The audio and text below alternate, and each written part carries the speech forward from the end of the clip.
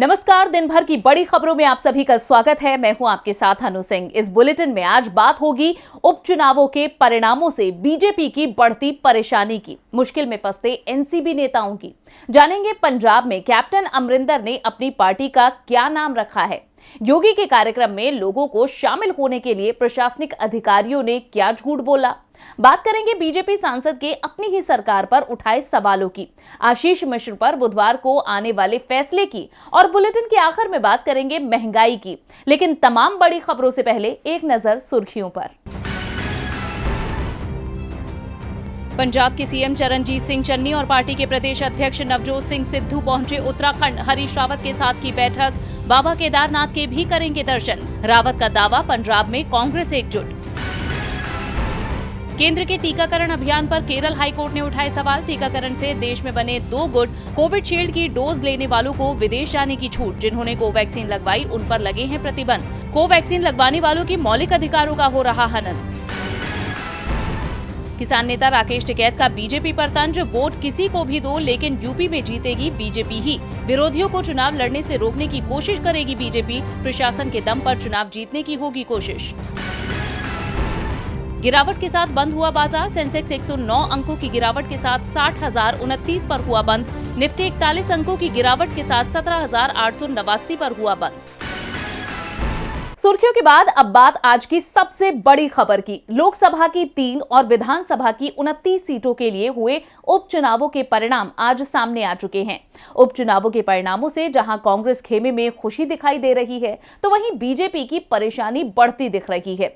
Party को अपने गढ़ में हार का सामना करना पड़ा है। खासतौर पर कर्नाटक, हिमाचल और राजस्थान ने बीजेपी की चिंता बढ़ा दी है। तो क्या रहे उपचुनावों के परिणाम, देखिए इस रिपोर्ट में। देश में 30 अक्टूबर को 3 लोकसभा और 29 विधानसभा सीटों पर हुए उपचुनाव के लिए मतदान हुआ था, जिसके परिणाम आज सामने आए। चुनावों के बाद बीजेपी की ओर से दावे किए जा रहे थे कि जनता ने विकास के नाम पर वोट किया है, लेकिन चुनावों के बाद बीजेपी के विकास के दावे अब गायब होते दिख रहे हैं। हिमाचल में डबल इंजन की सरकार खाता तक नहीं खोल पाई। हिमाचल की 1 लोकसभा और 3 विधानसभा सीटों के उपचुनाव में कांग्रेस ने स्वीप कर दिया है। पार्टी ने मंडी लोकसभा सीट पर तो कब्जा किया है, साथ ही तीनों विधानसभा सीटें भी जीत ली। फतेहपुर, अर्की, जुब्बल, कोटखाई तीनों सीटें कांग्रेस ने जीत ली हैं। जुब्बल कोटखाई में तो बीजेपी उम्मीदवार की जमानत भी जब्त हो गई है। बीजेपी की चिंता राजस्थान के परिणामों ने भी बढ़ा दी है। यहाँ की बल्लभनगर और धरियावाद सीट पर बीजेपी को सिर्फ हार ही नहीं मिली, बल्कि पार्टी दोनों ही सीटों पर मुकाबले में भी बीजेपी नहीं दिखी। बल्लभनगर में राष्ट्रीय लोकतांत्रिक पार्टी तो धरियावाद में निर्दलीय उम्मीदवार ने कांग्रेस उम्मीदवार का मुकाबला किया। दोनों ही सीटें कांग्रेस के हिस्से में आई, जबकि बीजेपी दोनों ही जगह तीसरे नंबर पर आई। कर्नाटक में सीएम बसवराज बोम्मई के गृह क्षेत्र में बीजेपी को हार का सामना करना पड़ा है। कर्नाटक की 2 में से 1 सीट कांग्रेस को और 1 बीजेपी के हिस्से में आई है, जबकि महाराष्ट्र की देगलूर सीट भी कांग्रेस ने जीत ली है। आंध्र प्रदेश की वाटवेल विधानसभा सीट पर सत्ताधारी वाईएसआरसीपी ने आसानी से जीत हासिल कर ली है। तेलंगाना की हुजूराबाद सीट के उपचुनावों ने सत्ताधारी टीआरएस की चिंता बढ़ा दी है, क्योंकि टीआरएस को अपने गढ़ में हार का सामना करना पड़ा है। हुजूराबाद सीट बीजेपी के हिस्से में आई है। असम की सभी 5 सीटें बीजेपी और उसके सहयोगी दल को मिली हैं, जबकि पश्चिम बंगाल की 4 सीटें टीएमसी के हिस्से में आई हैं। यानी जिन राज्यों में 6 महीने पहले चुनावों में जिस दल को जीत मिली, उपचुनावों में भी उसी दल को जीत मिली है। मध्य प्रदेश की खंडवा लोकसभा सीट बीजेपी के हिस्से में गई, तो राज्य की 3 में से 1 विधानसभा सीट पर कांग्रेस और 2 पर बीजेपी ने कब्जा किया है। मेघालय, मिजोरम और नागालैंड में स्थानीय पार्टियों ने जीत हासिल की है, जबकि बिहार की दोनों सीटें जेडीयू के हिस्से आई हैं। बीजेपी को सबसे बड़ा झटका हरियाणा में लगा। किसान आंदोलन के लिए टेस्ट बनी ऐलानाबाद सीट पर बीजेपी उम्मीदवार को हार मिली है। इस सीट पर आईएनएलडी उम्मीदवार अभय चौटाला जीत गए हैं। संयुक्त किसान मोर्चा ने भी अभय चौटाला के समर्थन का ऐलान किया था। विधानसभा सीटों में कांग्रेस को 8 जबकि बीजेपी को 7 सीटों पर ही जीत मिली है, जबकि दोनों ही पार्टियों ने 1-1 लोकसभा सीट जीती है। यानी साफ है कि अब कांग्रेस बीजेपी को बराबर की टक्कर दे रही है। उपचुनावों के परिणामों ने जहां बीजेपी की चिंता बढ़ा दी, तो वहीं ईडी राष्ट्रवादी कांग्रेस पार्टी की चिंता बढ़ा रही है। मंगलवार की रात को ईडी ने महाराष्ट्र के पूर्व गृह मंत्री और एनसीपी विधायक अनिल देशमुख को गिरफ्तार करने का ऐलान कर दिया और बुधवार को शिकंजे में राज्य के उप मुख्यमंत्री फंसते दिखाई दे रहे हैं। तो वहीं आखिर में क्यों मुश्किल में दिख रहे हैं एनसीपी के नेता, जानते हैं। महाराष्ट्र में महाविकास आघाड़ी सरकार एक मुसीबत से निकलती नहीं कि दूसरी सामने आकर खड़ी हो जाती है। मनी लॉन्ड्रिंग मामले में आरोपी महाराष्ट्र के पूर्व गृह मंत्री अनिल देशमुख को सोमवार देर रात प्रवर्तन निदेशालय ने गिरफ्तार कर लिया। इससे पहले ईडी ने देशमुख से 12 घंटे तक पूछताछ की। एजेंसी के अधिकारियों का कहना था कि एनसीपी विधायक देशमुख पूछताछ के दौरान सहयोग नहीं कर रहे थे, जिसके बाद सोमवार रात ईडी ने उन्हें गिरफ्तार कर लिया और मंगलवार को उन्हें कोर्ट में पेश किया गया, जहां उन्हें 6 नवंबर तक ईडी की हिरासत में भेज दिया गया। वहीं लंबे वक्त से आयकर विभाग के निशाने पर चल रहे महाराष्ट्र के उप मुख्यमंत्री अजीत पवार पर भी कार्रवाई शुरू हो गई है। इनकम टैक्स डिपार्टमेंट की ओर से पवार की 5 संपत्तियों को मंगलवार को जब्त कर लिया गया। सुबह ही आयकर विभाग की ओर से इन संपत्तियों को जब्त करने का आदेश जारी किया गया था। परिवार की जिन संपत्तियों को आयकर विभाग ने जब्त किया, उनकी अनुमानित कीमत 1000 करोड़ रुपए है। बताया जा रहा है कि अजीत पवार लंबे समय से इनकम टैक्स डिपार्टमेंट के रडार पर थे।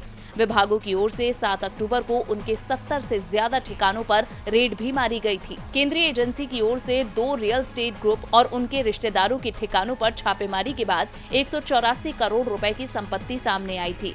इस संपत्ति का कोई हिसाब नहीं था, जिसके बाद विभाग की ओर से उनकी प्रॉपर्टी को जब्त करने की कार्रवाई की गई। एनसीपी नेताओं पर केंद्रीय जांच एजेंसियों की अचानक कार्रवाई से कई सवाल भी उठने लगे हैं। क्या केंद्र सरकार जांच एजेंसियों के सहारे महाराष्ट्र की सरकार को गिराने की कोशिश कर रही है? क्या बीजेपी ईडी के सहारे महाराष्ट्र में सरकार बनाने की कोशिश कर रही है? एनसीपी विधायक नवाब मलिक ने देवेंद्र फडणवीस पर आरोप लगाए और उसके कुछ ही घंटों के बाद एनसीपी नेताओं पर ईडी की कार्रवाई शुरू हो गई। ये संयोग है या फिर प्रयोग, ये तो जल्द ही सामने आ जाएगा। लेकिन पंजाब की राजनीति में जरूर इस समय नए नए प्रयोग हो रहे हैं। नए गठबंधन बन रहे हैं तो नई पार्टियां भी बन रही हैं। आज एक और नए दल का ऐलान हो गया है और पार्टी बनाई है पंजाब के पूर्व सीएम कैप्टन अमरिंदर सिंह ने। पंजाब के पूर्व मुख्यमंत्री कैप्टन अमरिंदर सिंह की कांग्रेस से नाराजगी बढ़ती जा रही है। वो कांग्रेस के लिए नाराजगी जाहिर करने का कोई मौका छोड़ते नहीं हैं। खासकर अमरिंदर सिंह प्रदेश कांग्रेस अध्यक्ष नवजोत सिंह सिद्धू पर निशाना साधने का कोई मौका नहीं चूकते। अभी कुछ दिन पहले ही अमरिंदर ने पार्टी बनाने का ऐलान किया था, लेकिन नाम की घोषणा नहीं की थी। लेकिन आज उन्होंने अपनी पार्टी के नाम का ऐलान कर दिया है। साथ ही उन्होंने कांग्रेस से इस्तीफा भी दे दिया। अमरिंदर सिंह की नई पार्टी का नाम होगा पंजाब लोक कांग्रेस। हालांकि अभी चुनाव चिन्ह की घोषणा नहीं की गई है। इसके अलावा कैप्टन ने अपनी प्रेस कॉन्फ्रेंस के दौरान एक बार फिर से सिद्धू पर निशाना साधा। कहा कि सिद्धू को प्रदेश अध्यक्ष बनाना कांग्रेस की सबसे बड़ी भूल है। इससे पहले भी कई बार कैप्टन अमरिंदर सिंह सिद्धू के लिए अपना गुस्सा जाहिर करते रहे हैं। नई पार्टी बनाने का ऐलान करने के दौरान अमरिंदर ने और भी कई घोषणाएं की। अमरिंदर ने कहा कि उनकी पार्टी पंजाब की सभी 117 सीटों पर चुनाव लड़ेगी और वो चुनाव नहीं लड़ेंगे और वो चुनाव वहीं से लड़ेंगे जहां से पंजाब कांग्रेस के अध्यक्ष नवजोत सिंह सिद्धू खड़े होंगे। कैप्टन ने दूसरे दलों के साथ गठबंधन के विकल्प भी खुले रखे हैं। कैप्टन ने साफ कर दिया है कि वो बीजेपी के साथ गठबंधन को तैयार हैं, लेकिन बीजेपी से वो तभी गठबंधन करेंगे जब कृषि कानूनों को लेकर केंद्र सरकार का किसानों के साथ कोई समझौता होगा। अगर किसानों का आंदोलन जारी रहता है तो फिर वे बीजेपी से दूरी बनाए रखेंगे। अब पार्टी के नाम की घोषणा हो चुकी है। देखना होगा कि अमरिंदर की पार्टी कोई कमाल दिखा पाती है या नहीं। चुनावों से पहले नई पार्टी बनाने का अमरिंदर सिंह का दाव सफल हो पाएगा, इस पर सवाल उठ रहे हैं। तो सवाल योगी आदित्यनाथ की सरकार से भी पूछे जा रहे हैं कि उनके कार्यक्रम में लोगों को झूठ बोलकर क्यों बुलाया गया। मामला प्रधानमंत्री आवास योजना से जुड़ा हुआ है। मुरादाबाद में मंच सजा, मोदी सरकार की योजनाओं का बखान हुआ। अधिकारियों से लेकर सीएम योगी तक ने आवास योजना का गुणगान किया, लेकिन जब जनता को हकीकत का पता चला तो उन्होंने भी सरकार को आड़े हाथों लिया। दरअसल मुख्यमंत्री योगी आदित्यनाथ ने पुलिस लाइन में प्रधानमंत्री आवास योजना के अंतर्गत तैयार किए गए 1008 आवासों का लोकार्पण किया था। कार्यक्रम में योजनाओं का प्रचार करते हुए योगी आदित्यनाथ ने कहा कि केंद्र सरकार की योजनाओं को पिछली सरकार ने राज्य में लागू करने में कोताही बरती। उनके लिए अपना परिवार ही प्रदेश था।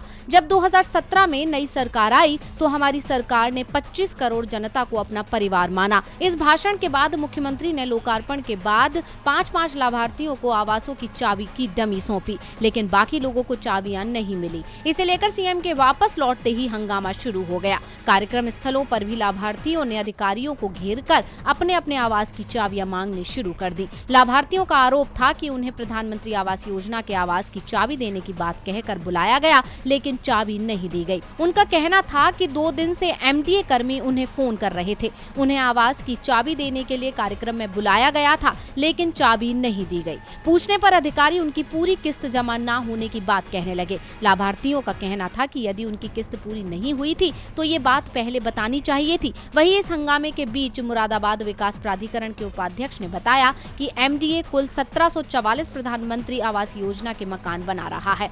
1008 मकान तैयार हो चुके हैं। जिन्होंने अपनी पूरी किस्तें जमा कर दी हैं, उन्हें मकान का आवंटन किया जा रहा है। कुछ लोगों को इसकी जानकारी नहीं थी। अब भले ही प्रशासन इस पूरे मामले में बचने की कोशिश कर रहा हो, लेकिन जब सरकार की पोल खुली है तो भला जनता चुप कैसे बैठेगी। ऐसे में सवाल उठता है कि जब आवास नहीं दे रही सरकार तो क्यों किया झूठा प्रचार। पहले घर की चाबी देने के लिए बुलाया गया, फिर पैसों की डिमांड कर दी गई। अब प्रशासन सफाई दे रहा है, लेकिन इस बात का जवाब नहीं मिल पा रहा कि जब लोगों ने पूरी किस्त जमा ही नहीं की थी तो उन्हें बुलाया क्यों गया। प्रशासन के पास इसका कोई जवाब नहीं है। जवाब एलएसी पर चीन के साथ चल रहे गतिरोध को लेकर भी सरकार के पास नहीं है। इस मामले में बीजेपी के सांसद ही अपनी सरकार पर सवाल उठा रहे हैं और अब तो देश के रक्षा मंत्री भी अपनी ही पार्टी के सांसदों के निशाने पर आ गए हैं। लद्दाख में भारत चीन सीमा विवाद के बीच जानकारी मिली है कि पूर्वी लद्दाख में भारतीय सेना की शत्रुजीत ब्रिगेड अपनी तीव्र प्रतिक्रिया क्षमताओं की समीक्षा के लिए उत्तरी सीमाओं पर एक हवाई अभ्यास कर रही है। दावा किया जा रहा है कि सोमवार को अभ्यास के लिए 14,000 फुट से ज्यादा की ऊंचाई वाले क्षेत्र में शत्रुजीत ब्रिगेड के हवाई सैनिकों को पहुंचाया गया। माना जा रहा है कि यह अभ्यास किसी आपातकाल की स्थिति से निपटने के लिए किया गया। वहीं इस अभ्यास को लेकर भारतीय जनता पार्टी के राज्यसभा सांसद सुब्रमण्यम स्वामी ने केंद्र सरकार पर तंज कसते हुए कहा कि आखिरकार रक्षा मंत्री राजनाथ सिंह ने ये मान लिया कि हमारी सीमा में घुसपैठ हुई है। दरअसल चीनी घुसपैठ को लेकर सरकार लगातार मना करती रही है। ऐसे में सुब्रमण्यम स्वामी ने सरकार पर निशाना साधा है।